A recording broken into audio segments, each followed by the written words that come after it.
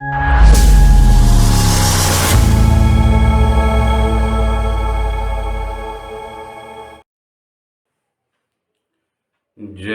गुरु संतपति। आदरणीय संत समाज, हम लोग गुरु अन्यास ज्ञान दीपक के कामिनी खंड को सुन रहे हैं। हम लोगों ने अब तक देखा कि किस तरह से सहस्र कमल दल पर चंद्रमा और सूर्य उदित होते हैं और उस प्रकाश के चकाचौंध में यह आत्मा सखी कामिनी आगे की ओर बढ़ते जाती है और हमारे अंदर जो अवगुण है वह प्रयास करती है कि आगे बढ़ने नहीं दें, अर्थात प्रकृतिगत अर्थात शरीर की जो खराब वृत्तियां हैं वह आत्मा को आगे बढ़ने से रोकती है। आते हैं आगे बढ़ते हुए छठे भाग की ओर। कहते हैं, रूप अनूप से तो हो बेगाना, चले पंथ कहु कवने ज्ञाना। घाट बाट जो तो ही धय पाए, तो ताही को ले राखु छिपाए। पट दे न खोल किवाड़ा, तब से करत भुवन पैसारा। कहते हैं, तुम अपने रूप सुंदर रूप से बेगाना नहीं हो। तुम्हें यह मालूम हो ही नहीं कि ईश्वर ने तुमको कितना सुंदर बनाया है। किस ज्ञान से तुम रात में अकेली चल पड़ी हो। तुम लोग तुम्हारे सुंदर रूप को देखकर मोहित हो जाएंगे। अगर कोई मनचला रास्ते में मिल जाएगा तो वह पकड़ कर लेता चला जाएगा। घर के भीतर छिपा कर रखकर किवाड़ के पट बंद कर देगा और समय देखकर तुम्हारे घर में प्रवेश करेगा। ऐसन सूरत पाए के देखी चांदनी रात, सुंदरी पिया के प्राण बशी। यही विधि राह यह जात। सुबुद्धि सहेली कामिनी से कहती है कि ऐसी सुंदर सूरत लेकर इस चांदनी रात में जो निकल पड़ी है यह ठीक बात नहीं है।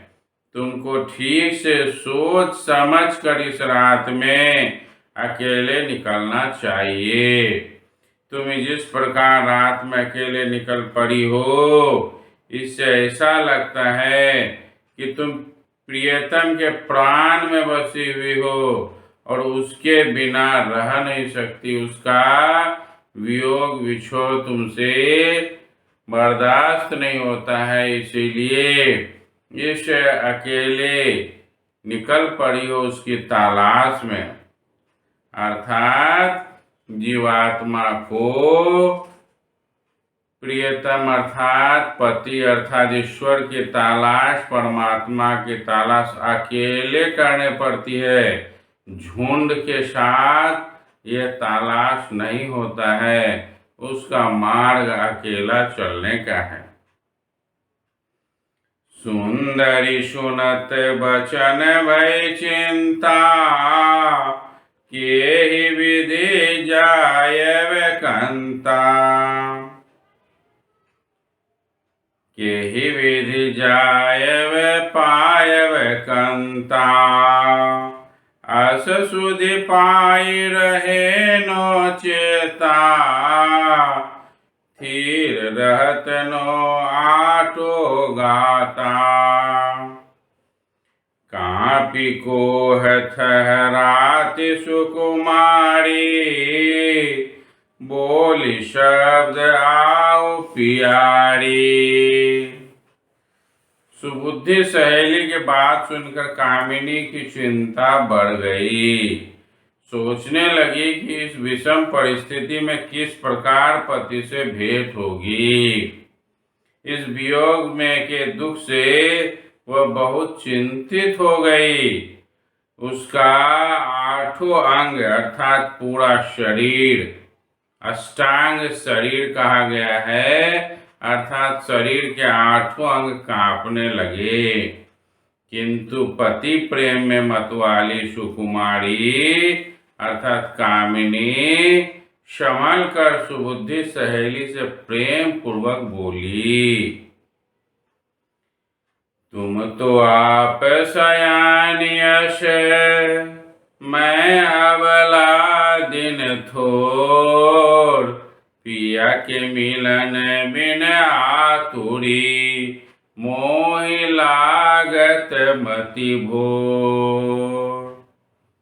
कामिनी कहती है, हे प्रिय सहेली, तुम तो सयानी हो अर्थात बड़ी हो गई हो, होशियार हो गई हो।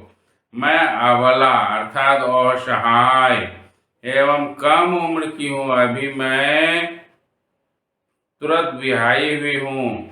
मैं दुनिया वालों के व्यवहार से बिल्कुल अपरिचित हूँ। किंतु मैं पिया से मिलने के लिए व्याकुल हूँ। मेरी मति काम नहीं कर रही है, मेरे होश हवास ठिकाने नहीं हैं। कृपा कर मुझे पिया से मिलने का कोई उपाय बतावें।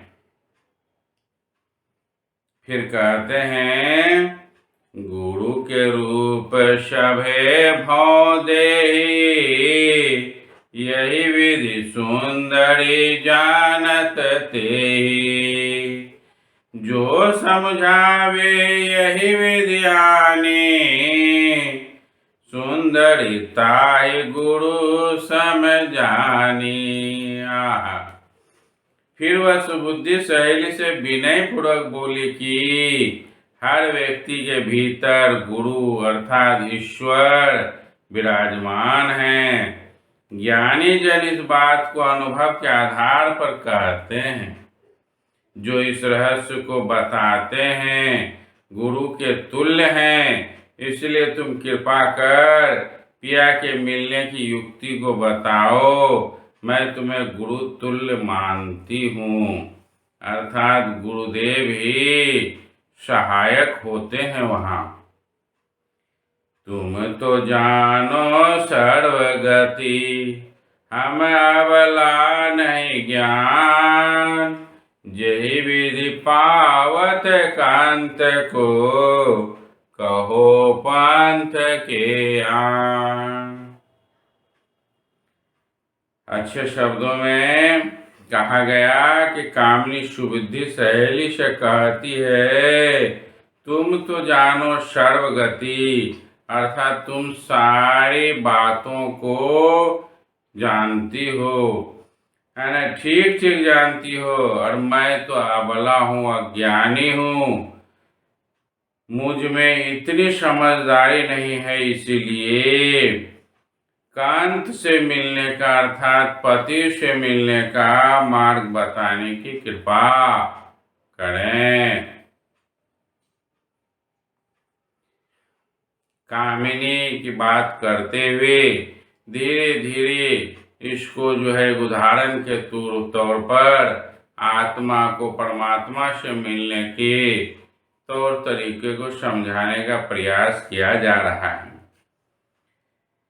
कहीं समझावहूँ सुनाओ प्यारे, जहि विधि पावत कांत कुमारी। गुरु गुरु के रूप समुझत है ते, समुझत ताहि पार भव सोई। कही समझावहु सुनहु सयानी, अपने स्वामी के जय विधि जानी। आंचल उतारत पुरुष परारा, 4 दिन के माया पसारा।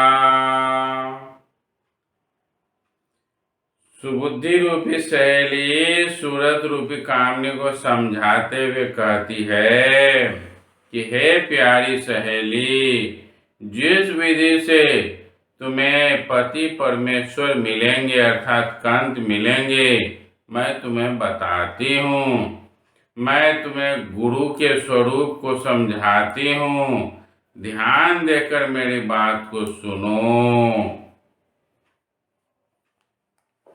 जब तुम उसे जान जाओगी तब उसे आसानी से खोज पाओगी, नहीं तो यह बहुत ही कठिन काम है। रास्ते में तुम्हें अनेक पुरुष मिलेंगे, तुम्हारे आंचल उतारने का प्रयास करेंगे। वे तुम्हें तरह तरह के प्रलोभन भी देंगे, किंतु तुम्हें सावधान रहना होगा। इन पुरुषों की माया 4 दिनों के लिए है। उसके मार्ग पर चलने पर तुम्हारा जीवन का कल्याण नहीं होगा।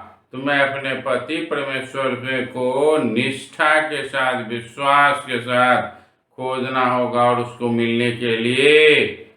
मिलने पर ही तुम्हारा कल्याण होगा। दूसरे शब्दों में कहा जाए तो जब साधक साधना प्रारंभ करता है, शुरू करता है, तो शरीरगत अशुद्धियां, शरीरगत बीमारियां, काम, क्रोध, लोभ, मोह, ईर्ष्या, यह सब लुटेरे के तरह हमें भटकाने का प्रयास करता है। हम ज्यों सब भीतर जाना चाहते हैं, यह त्यों ज्यादा प्रयास करता है हमें रोकने का, ताकि यह आगे नहीं बढ़ जाए, शरीरगत बुराइयों से ये ऊपर नहीं उठ जाए। इसलिए यह हमें खींचने का प्रयास करता है, साधक को खींचने का प्रयास करता है। और साधक धीरे धीरे बिजली की चमक, वर्षा, रंगों को देखने के बाद जो जो आगे बढ़ता है, वैसे साधक को गुरु से या अपने वरिष्ठ गुरु भाइयों से जानकारी लेकर क्या क्या कठिनाई आ सकती है, इसको सोचते समझते हुए अपने में कंट्रोल रखकर आगे बढ़ते जाना चाहिए, अथवा गिरने में तनिक भी देरी नहीं लगती। भजन है जिसमें बोला गया है, गंगा रे जमुना केरा बीच में माली बाग लगाया हो, कांचा कली फूल तोड़ी के जोगी पीछे पछताया हो। साधना जैसे ही शुरू होती है, कुछ अनुभूति होने लगती है, तो साधक बड़ा उथल पुथल करने लगता है। ऐसा नहीं करना चाहिए। यह उथल पुथल उसके लिए घातक होगा और वह फिर गिर जाएगा। इसलिए उसको संभाल कर आगे बढ़ना चाहिए। मैं इतनी बातों को बोलकर आज विराम लेता हूँ। आगे का खंड, आगे का विभाग बताता रहूँगा कि किस तरह से दुर्बुद्धि हमें खींचते रहता है और फिर गुरु की कृपा से हम आगे बढ़ते जाते हैं। बड़ा ही सुंदर वर्णन है, इसको ठीक से सुनने से, ठीक से समझ लेने से ध्यान साधना में मदद मिलेगी और हमें आगे बढ़ने का रास्ता मिलेगा। जो ध्यानी है उसे समझना बूझना चाहिए और इस पर और भी इस तरह की बहुत सारी चर्चाएं हैं जो आगे मैं कहूँगा। जय गुरु संतपति।